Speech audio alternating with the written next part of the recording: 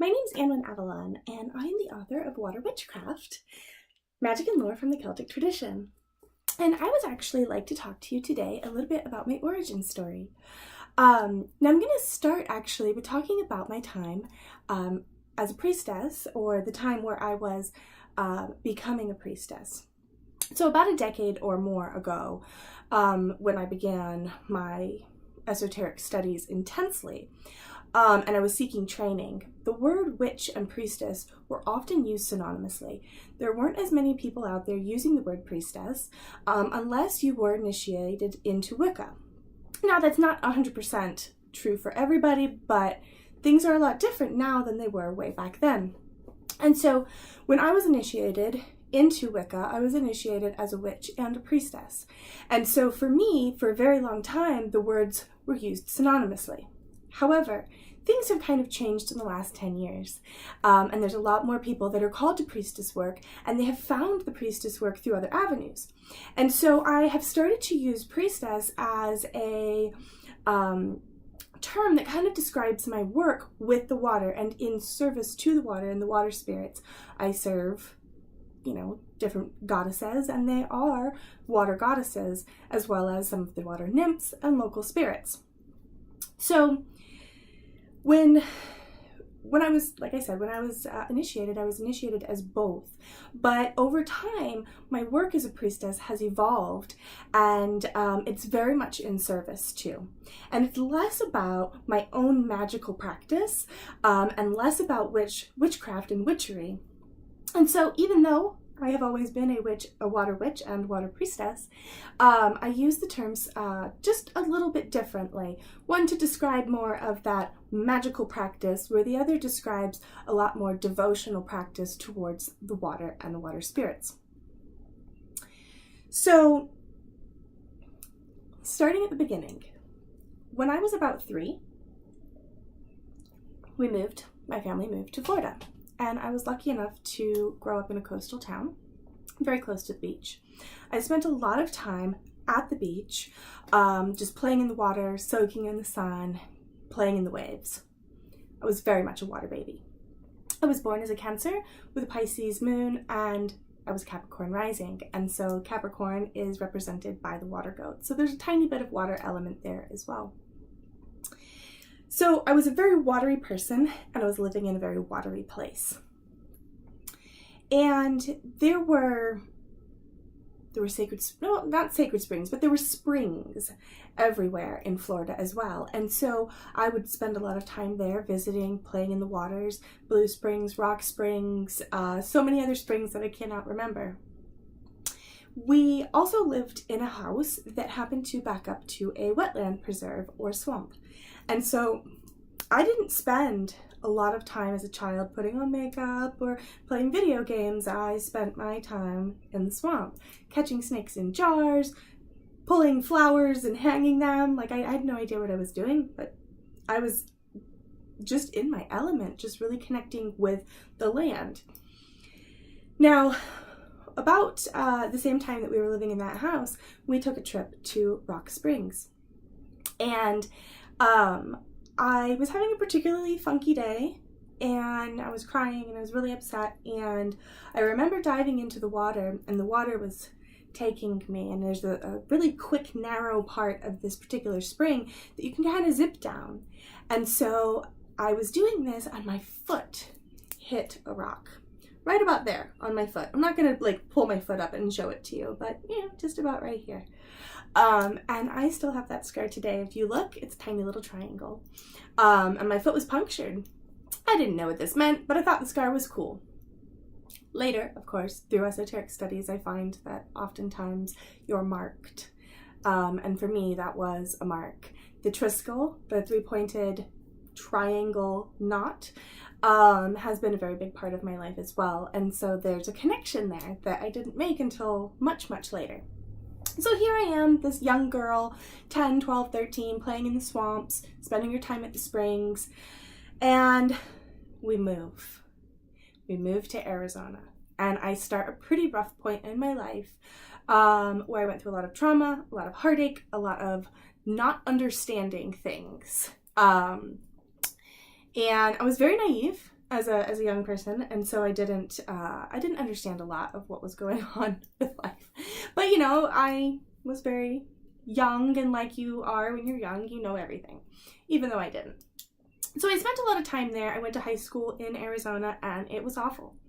I mean, everybody has awful experiences in high school, but looking back, it was less about the high school and more about the environment. Taking a water child out into the desert, it's awful. It's awful.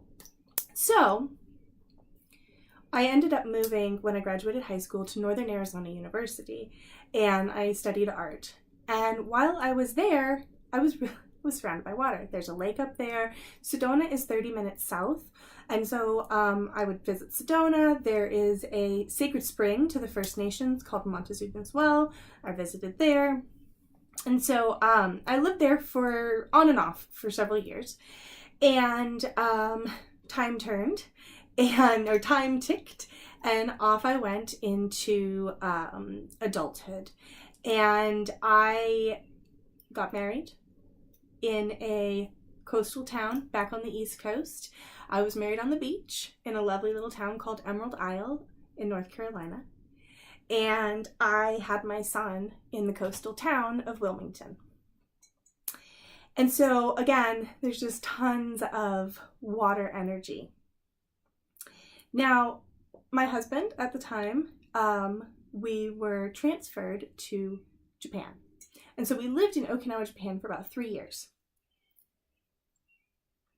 While I was there, I started teaching dance. And I did my first sacred dance performance, which was a Beltane piece. But I had been studying Middle Eastern dance, Oriental style, cabaret. And so I was teaching this there, and we had a wonderful group of gals. But I was looking for more. And you know how things kind of correspond. I had been reading tarot cards a little bit, you know, at this point. I had a deck since I was 19. And I had been dabbling in the arts, the esoteric arts, so to speak. And there I was in Okinawa, Japan, which is known for having many sacred sites and also having priestesses, or at least culturally in the past, they've had priestesses on this island. And there's also a lot of nature worship and connection to nature. So I was looking for more. I was dancing and having a great time, and I started to get really spiritual. Now, this is back in maybe 2006, 7. So I started to get like really, really spiritual. And I realized that there was so much I didn't know, and I wanted to know everything. So about that time, a catalog came in the mail that had a whole bunch of books on the magical arts. And about that time, I found that there was a local coven in Okinawa, or a circle, actually. So I sought them out, and I started circling with them, and we were teaching each other, we were doing so much amazing stuff, and we were holding rituals. And then I find out that they have a beach that they've adopted. And so we go and we clean this beach. And as I'm walking out to the beach, I see this like big cement thing, and I'm like, hey, what is that? There's a lot of family tombs and shrines there, but this was not one of those. It was just like a very strange like rectangle on the wall, or on this cave kind of wall. And I was like, what is this? And they're like, oh, it is a shrine to a sea goddess. And so I then began to practice on the beach in Okinawa. And the energy that Okinawa has, it's so sacred, and it's so beautiful. There's a lot that has been preserved within the culture and just the energy of the island. I was lucky enough while living there to live actually in town in a rural area, in a Japanese home. And so I got to really partake in the culture, and I started going to the beach by myself without the circle when they were at work, because I had, I was mom, I had some time by myself to go out and do some stuff, bring my kiddo. And so I would start just practicing right there on that particular beach. And then I started expanding and walking more and singing and praying and just talking to the water. And then she spoke to me, and she spoke in offering in like offerings, like giving me things at the beginning. And I was having a conversation with her about my path and life and confusion, and a white heron that had died washed up at my feet. And I knew that this was a symbol of death and rebirth. I'd been studying the arts enough at this point to understand that there was death coming, but not a physical death. So my practice continued to evolve. I was really into crystals at the time and practicing on the beach. And so time turned again, and the 3 years were over, and we headed back to the States. And I was back again living on the coast, this time in eastern North Carolina. And I had very blessed to have a wonderful house that was just about a quarter mile from the water, or the sound, not the actual beach. And it was about a 15-minute drive from the actual beach. So when I arrived, I was really missing my circle, and so I started holding circles on the beach, and just kind of inviting local people. And I met a few friends, and we formed a group, and off we went. As many pagan groups do, they often fall apart because of fundamental differences. And, great people, but our paths were very different, and so they were clashing. So about that time, I decided that if I was going to progress in my craft and with what I really felt that I needed to do, I needed guidance, I needed mentorship, I needed training. And I ended up working with a lovely lady and priest that lived out in North Carolina, and they had a coven for about 20 years, and it was American traditional witchcraft. And American traditional Wicca, actually. And so we decided, I went through my year and a day, and I trained, and I learned so much. And I just knew in my heart that I was connected to the water, but I hadn't really figured it out yet. And so time turned again. And I ended up moving, this time to Arizona. Again, bad decision, but a good decision. I needed to be there, but Arizona and I don't get along. However, when I was there, I did the exact same thing. I started another circle. This time, I was an initiated witch and priestess, and so I had the training to be able to really put this together and to have a good, strong tradition. And without going into all the details, that's exactly what happened. We now have 3 covens across the state, and everybody is really strong, and we have very good, solid curriculum and bond. But I was dry, and so I started searching for water. And what I found is that there's actually a ton of water in Arizona. There are man-made lakes, there are springs, and I met a lovely lady who was my best friend now, and she showed me that there's a hot springs, and so we had gone there a few times to do rituals, which really just filled my soul. About that time, I headed to a trip to the UK, and I went to a few water places. One, I had been obsessing about this story from the Mabinogi about the Lady of Llyn Fan Fach, and so I went to her lake and visited her. And then I went to Glastonbury, and I got to finally touch the waters that I had been studying and learning so much about, and I got to drink in the Chalice Well water and the White Springs, and it was life-changing, because when I came back from that, everything just grew. So this is about 2012 at this point. And I came back from that, and I came back and I knew that there was work I needed to do. And so I took my practice, everything that I had learned, all of the study and knowledge that I had gained, and I started to put it together, and I started to teach water magic. And I started out small in just little local classes, and then what happened is it blew up into the water magic course, the 9-month water magic course. And this course was, as far as I know, the first of its kind. And I still teach it today. It starts every March. This year, though, we started in April.